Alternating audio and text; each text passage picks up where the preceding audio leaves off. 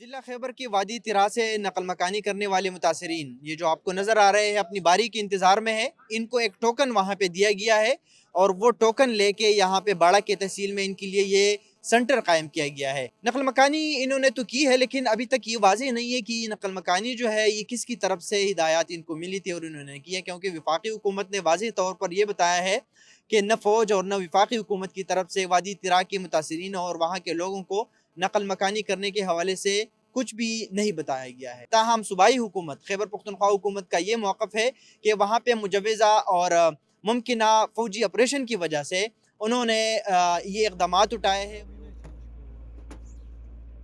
शाम 2 बजे हम द्वातोई इलाके में पहुंच गए।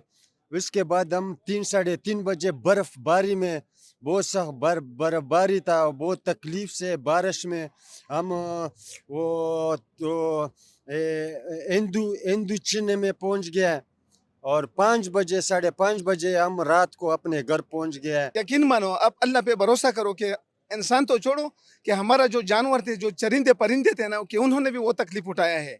न खाने का बंदोबस्त था, न पीने का बंदोबस्त था, न गाड़ियों का जो मतलब वो जो तरीका होता है ना, वो भी ठीक नहीं था। यहाँ पहुँचते पहुँचते हमारा जो ना 3 दिन लग गए। जो मेन हमारा जो प्रॉब्लम है ना, कि वो कहते हैं ना कि जिसका मतलब उधर पोलियो डेटा होएगा ना, उसको मुआवजा मिलेगा, जिसका नहीं होएगा उसको नहीं मिलेगा। अभी मैं खुद जो है ना यहाँ का रिहायशी हूँ, मैं झूठ नहीं बोलूँगा, लेकिन मेरा डेटा वहाँ है, वहाँ मेरा चाचा है, मेरा पूरा कबीला है, उन लोगों का नहीं है। तो इन चीज़ों से हम मुतमईन नहीं है।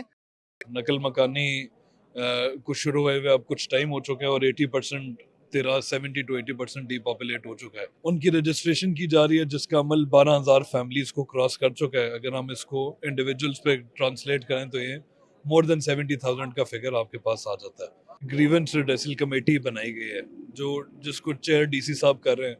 जो भी किसी की ग्रीवेंस है वो रिकॉर्ड होती है, उसका अपना काउंटर इधर भी मौजूद है, वो रिकॉर्ड होती है और प्लेस कर दी जाएगी कमेटी के सामने। हमें जो इंस्ट्रक्शन है वो क्लियर है कि किसी बंदा जो हकदार है उसका हक नहीं रहना चाहिए, महरूम नहीं रहना चाहिए।